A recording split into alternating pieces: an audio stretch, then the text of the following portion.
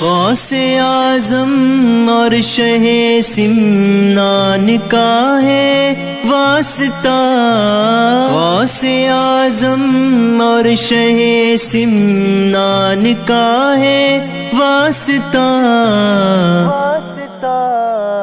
یا خدا فیضان مدنی کی جہاں میں دھوم ہو۔ سوال یہ ہے، بہت غور سے آپ سماعت فرمائیں، کہ بعض لوگ اپنے بچوں کو غیر عقیدہ لوگوں کے مدرسے میں پڑھنے کے لیے بھیجتے ہیں، ٹھیک ہے؟ تو ایسے لوگوں کے مدرسے میں اپنے بچوں کو پڑھنے بھیجنا کیسا؟ سوال آپ سمجھ گئے ہوں گے، امید ہے بہت آسان سا سوال ہے نا؟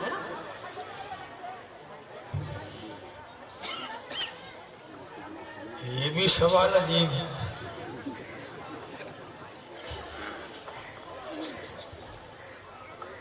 یہ سوال عجیب ہے۔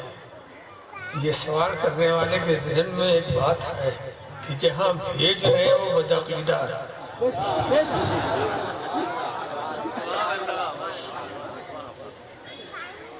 اور بدعقیدہ کسے کہتے ہیں یہ بھی آپ پہلے سے جانتے ہو۔ اور کیا سیکھنے بھیج رہے ہیں؟ دین سیکھنے بھیج رہے ہیں۔ کس کے پیچھے؟ بدعقیدہ کے پیچھے۔ یہ سب تو آپ کی مانی ہوئی بات ہے، میں نے تو نہیں کہا۔ وہ کیا ہے؟ سوال بتا رہا ہے کہ آپ جانتے ہیں یہ بدعقیدہ ہے اور اس کے پاس ہمیں دین سیکھنے کے لیے بھیجنا۔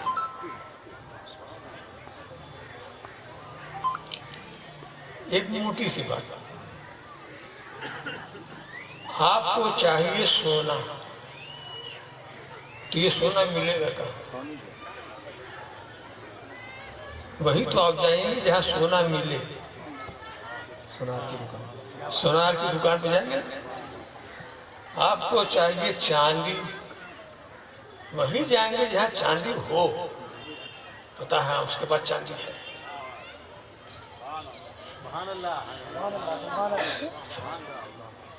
ایسے ہوگا نا کہ جو چیز ہمیں لینا ہے پہلے پتہ لگا لیں یہ چیز اس کے پاس ہے کہ نہیں۔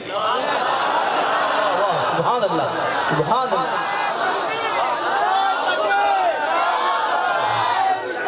یا رسول اللہ، جس کے پاس سونا ہی نہیں ہم کو سونا دے گا کہاں سے؟ جس کے پاس چاندی ہی نہیں وہ ہم کو چاندی دے گا کہاں سے؟ جس کے پاس دولت ہی نہیں وہ ہم کو دولت دے گا کہاں سے؟ تو پہلے جو لینا ہے یہ دیکھو، جس سے لینا ہے وہ اس کے پاس ہے کہ نہیں۔ سبحان اللہ۔ تو جو آپ دین لینے جا رہے ہیں تو پہلے یہ دیکھیں اس کے بعد دین ہے کہ نہیں۔ واہ واہ، سبحان اللہ، سبحان اللہ، یا اللہ، واہ واہ، زندہ باد، واہ واہ واہ، سبحان اللہ۔ تو یہ سمجھ لو اچھی طرح، جس طرح جس کے پاس سونا نہیں اس سے سونا نہیں مل سکتا، جس کے پاس چاندی نہیں اس سے چاندی نہیں مل سکتا، جس کے پاس ہنر نہیں اس سے ہنر نہیں مل سکتا، جس کے پاس فن نہیں اس سے کوئی فن نہیں مل سکتا، تو جس کے پاس دین نہیں اس سے دین بھی نہیں مل سکتا۔ واہ واہ، بے شک، واہ واہ، سبحان اللہ، سبحان اللہ۔ نعرہ تکبیر، نعرہ رسالہ، سبحان اللہ، سبحان اللہ۔ علم ضروری چیز ہے، مگر ہمارا تو معاملہ ایسا ہے کہ ہم تو رسول کے ماننے والے، سب سے بڑی ہدایت سرکار، وہ جیسے کہہ دے اپنی عقل لگانے نہیں۔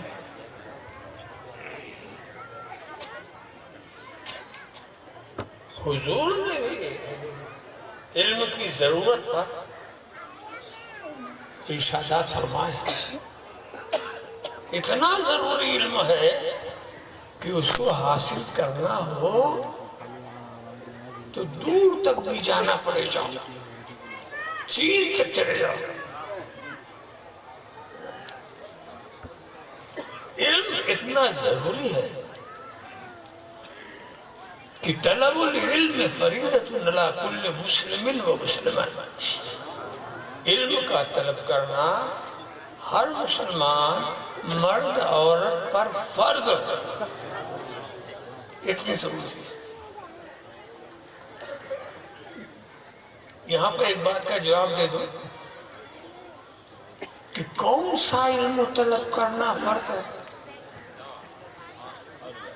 علم تو بہت ہے مگر فرض کون ہے؟ کون سا علم طلب کرنا فرض ہے؟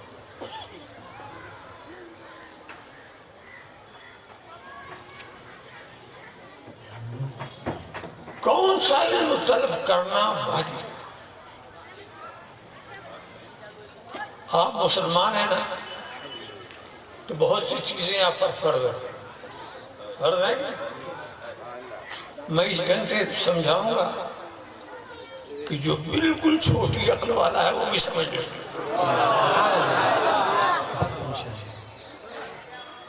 ہمارے استاد کہا کرتے تھے کہ کئی قسم کی عقلیں ہوتی ہیں. بڑی عقل والے ہوتے ہیں، ایک درمیانی عقل والے ہوتے ہیں، ایک بہت نچلی عقل والے ہوتے ہیں. بڑی عقل والے سے کوئی بات کہو، ادھر آپ نے کہا اس نے سمجھ لیا، اس کو پریشانی ہوتی ہے. اور درمیانی عقل والے سے اگر بات کہو تو ذرا غور کرتا ہے، محنت کرتا ہے. تو مثال دیتے تھے، ایک عقل ہوتی ہے بانس جانتے ہیں، بانس کی طرح کا. وہ کیا؟ بانس کا یہ حال ہے، اس کو چیرو تو ایک گرہ تک جب جاتا ہے خود بخود دوسری گرہ تک پڑتا چلا جاتا اپنے آپ ہی. یہ بانس والے بڑے تیز ہوتے ہیں. ایک گرہ کھولا دوسری گرہ تک پہنچ گئے، دوسری گرہ کھولا تیسری گرہ تک پہنچ گئے. یہ بانس والے. وہ کہتے ہیں ایک عقل ہوتی ہے چمڑے والے. چمڑے کے معاملہ یہ ہے کہ سوراخ کرو، جتنا کرو گے اس سے بڑے کرے، جتنا کیا ہوتا ہو. یہ چمڑے والے ہیں، زیادہ تیزی سے یہ نہیں سمجھتے. وہ کہتے ہیں ایک عقل ہوتی کمبل والی. کمبل کا سوئی اندر ہے تو سوراخ ہے، نکال لو برابر. تو سب سے زیادہ خطرہ کمبل والوں سے.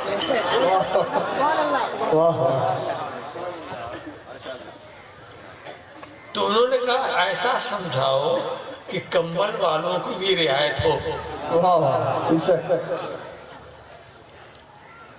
تو میں یہ کہہ رہا تھا، آپ پر نماز فرض ہے کہ نہیں؟ یہ فرض ہے تو پڑھنا ہی پڑے گا. بغیر مسئلہ جانے آپ پڑھ لیں گے. نماز کا مسئلہ نہ جانے نماز پڑھ لیں گے. لگا دیں نماز فرض ہے تو اب اس کا مسئلہ جاننا بھی فرض ہے. ورنہ یہ فرض ادا کیسے ہو؟ فرض کہہ دینے سے فرض ادا تو وہ نہیں ہے.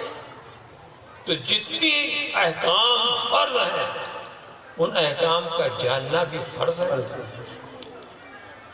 اور جتنے احکام واجب ہیں ان کا جاننا واجب ہے، اور جو مستحب ہیں ان کا جاننا مستحب ہے، اور جو مباح ہے اس کا جاننا مباح ہے. پہلے حکم کی مضبوطی سمجھو، پھر آپ کو جواب مل جائے گا کہ اس کا مقام کیا ہے. کتنے فرائض، روزہ فرض، حج فرض، زکوٰۃ فرض، یہ فرض بغیر جانے آپ کریں گے. حج کرنے جا رہے ہیں نا، مسئلہ سیکھ کے جائیے، ورنہ صرف ہوتا ہی کھائیے گا. اس لیے کہ حج تو فرض ہے مگر اس کا مسئلہ جاننا بھی فرض ہے. تو علم کا معاملہ جو چیز ہم پر فرض اس کا جاننا فرض، جو ہم پر واجب اس کا جاننا واجب، جو ہمارے لیے مستحب اس کا جاننا مستحب۔ اس حساب سے آپ دیکھیں گے اب جس رسول نے ہم پر علم فرض کیا ہے، جس نے یہ کہا اسے طلب کرنے کے لیے چین تک بھی جانا ہو تو جاؤ، مگر اسی رسول نے یہ کہا، اسی نے یہ کہا فَانْظُرُوا مِمَّا تَأْخُذُونَ،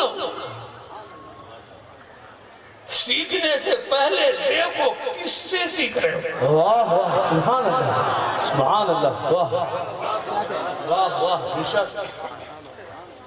سیکھنے سے پہلے دیکھو کس سے سیکھ رہے ہو۔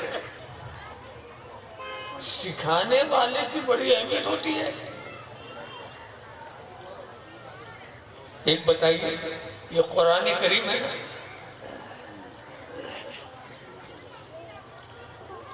قرآن کریم یہ تو ہدایت کی کتاب ہے،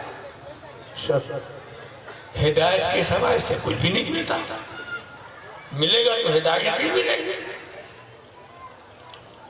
مگر یہ قرآن شریف ہر ایک کے ہاتھ میں، قادیانیوں کے ہاتھ میں، رافضیوں کے ہاتھ میں، معتزلہ کے ہاتھ میں، قدریہ کے ہاتھ میں، جبریہ کے ہاتھ میں، صرف آپ یہ کہ گھر میں نہیں ہے، سارے کلمہ پڑھنے والے صحیح پڑھتے ہو یا غلط پڑھتے ہو، قرآن تو یہی ہے۔ مگر میں تمہیں یقین دلاتا ہوں، یہ قرآن جو ہدایت کی کتاب ہے، اگر تم کسی قادیانی سے پڑھو تو تم قادیانی ہو جاؤ گے، بے شک۔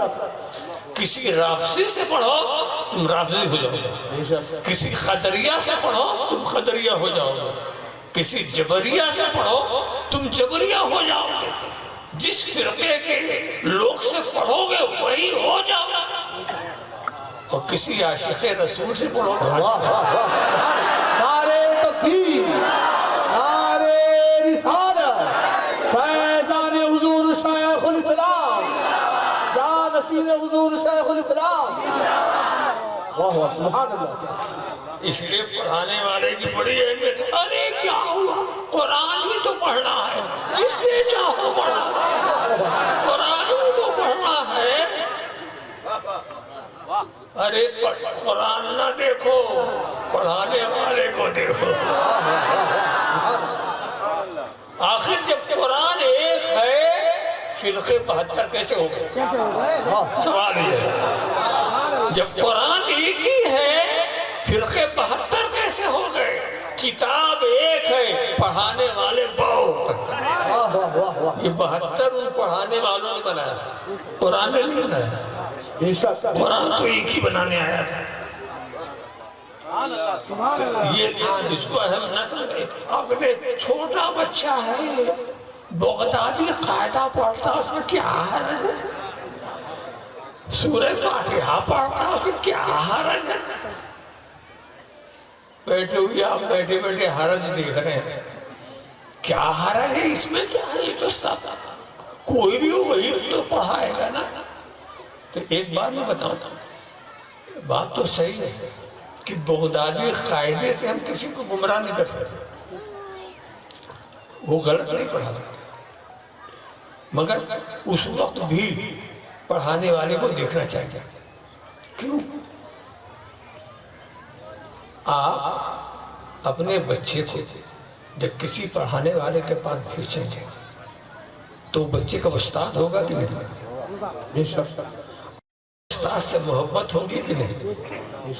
اپنے استاد کی وہ بات مانے گا کہ نہیں مانے گا نا؟ یہ محبت جو استاد کی اس کے دل میں آ رہی ہے، یہ بڑی خطرناک ہے۔ استاد کا حسن، یہ جو انداز اس کے اندر آتا ہے، تو آج وہ تو صحیح بات پڑھا رہا تو بھی وہ مانے گا، جب وہ غلط بات پڑھائے گا تو بھی وہ مانے گا۔ سوال آج کا نہیں ہے. کوئی فرقہ ایسا نہیں ہے کہ 100% غلط ہو، اس میں اچھی باتیں بھی ہوتی ہیں. ایسا کوئی نہیں، کچھ کامن باتیں بھی ہوتی ہیں. یہ وہ فلسفہ ہے. اسی پہ حضرت ابن سیرین حضرت علی مرتضیٰ کے شاگرد،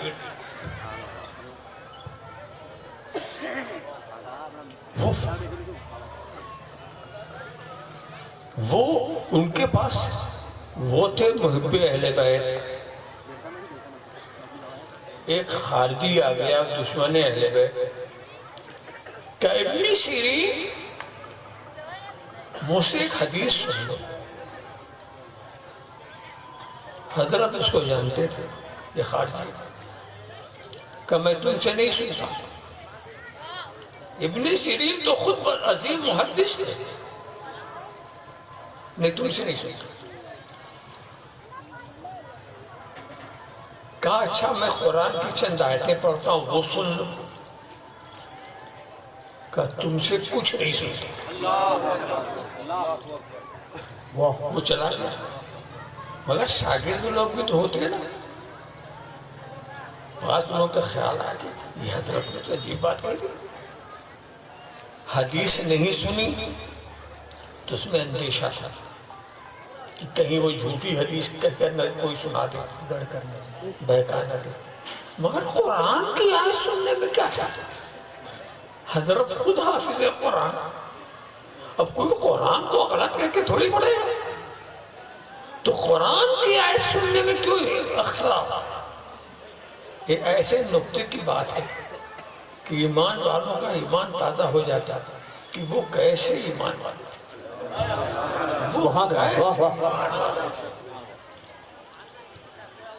تو شاگردوں نے پوچھ لیا حضرت حدیث نہیں سنی تو ٹھیک تو سمجھ میں بات آتی، قرآن کیوں نہیں سنا؟ کہا سنو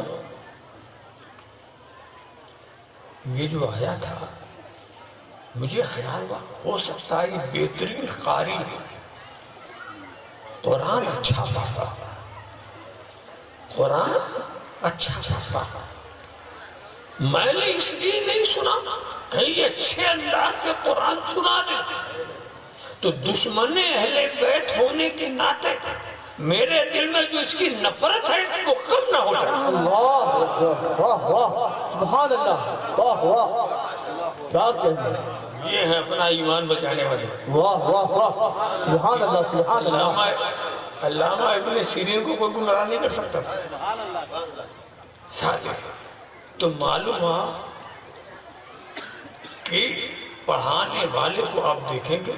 میں بتا رہا ہوں، میں آپ کو بتاؤں مدرسے اشرفیہ میں 10 سال تک میں نے الحمدللہ تعلیم حاصل کی. اس میں فلسفہ، منطق، علم کلام، اس سے مجھے زیادہ ذوق تھا. خوب سیکھا، خوب سیکھا. ارسطو کے خیالات، افلاطون کے خرافات خوب سکھایا ہمارے عالم نے. مگر الحمدللہ ملحدین کی کتاب کو ہم نے پڑھا مگر خود ملحد نہیں ہوا. فلسفیوں کی کتاب کو ہم نے پڑھا مگر ابو علی سینا کا تابعدار نہیں ہوا. نہیں ہوا. کیوں؟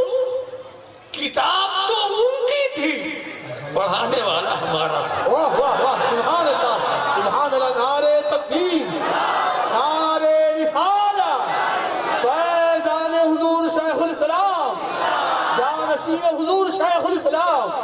سبحان اللہ سبحان اللہ. واہ، پڑھانے والا ہمارا تھا، ہمارا پڑھانے والا استاد ان کتابوں کے کفریات کو ایمان بنا کے پڑھاتا تھا، واہ واہ واہ، شرک کو ہٹا کے پڑھاتا تھا، پہلے اس کتاب کو مسلمان بنا کے تب پڑھاتا تھا. واہ واہ واہ، سبحان اللہ سبحان اللہ، واہ واہ کیا کہنا واہ. تو غیروں سے قرآن پڑھو گے تو گمراہ ہو جاؤ گے، اپنوں سے کچھ بھی پڑھ لو گے کچھ نہیں ہوگا. واہ واہ سبحان اللہ سبحان اللہ، واہ اس لیے واہ. کہ پہلے آپ کو صحیح کرتا ہے پھر پڑھاتا. اسی لیے معلم کی بڑی ضرورت ہوتی ہے، اور بغیر معلم کہیں کوئی کام ہوتا ہے؟ کتاب دیکھ کر کوئی معلم بنائے، بغیر استاد کے پاس گئے ہوئے نہ کوئی ڈاکٹر بنتا، نہ کوئی پروفیسر بنتا، نہ کوئی انجینئر بنتا. سکھانے والا وہی ہے، جس لائن پہ لے جائے گا وہ آپ سیکھ لیں گے. معلوم آپ کو معلم کی بہت ضرورت ہے. اسی لیے تمام فیکٹریاں اور تمام دنیا بھر کے کاروبار سائنٹیفک ترقیاں ہیں، مگر نہ یونیورسٹی کی کمی، نہ کالجز کی کمی، نہ مدارس کی کمی، نہ مکاتب کی کمی. اس لیے کہ اگر ان لوگوں کو لپیٹ دیا جائے تو وہ خود لپیٹ جائیں گے، کچھ نہیں ہو سکتا. آپ کو سند ملتی ہے، سند لے کر آتے ہیں، مستند ہوتے ہیں، آپ جانتے ہیں کہ ہمارا کس فن کا استاد کون ہے. معلم کی بڑی اہمیت ہوتی ہے. ایسا کام نہ ہو کہ ہمارا بچہ بچپنے ہی سے ان کا عقیدت مند ہو جائے، پھر وہ عقیدت آپ ختم نہیں کر سکتے. آپ دیکھتے ہیں شاگردوں کو جو اپنے اساتذہ سے محبت ہوتی ہے وہ باقی رہتے ہیں، وہ کہیں بھی پہنچ جائیں باقی رہتے ہیں.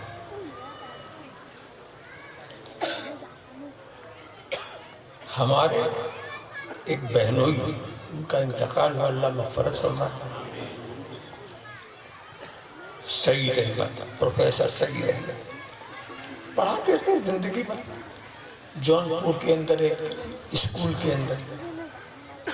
ایک مرتبہ وہ سیدھے سے جا رہے تھے اپنے گھر سے، ہاتھ میں ایک جھولا لٹکائے ہوئے، پیچھے سے ایک گاڑی آ کے کھڑی ہوتی. گاڑی اس میں جو نکلا تو پتا اس جون پور کے ضلع کا یہ ڈی ایم ہے.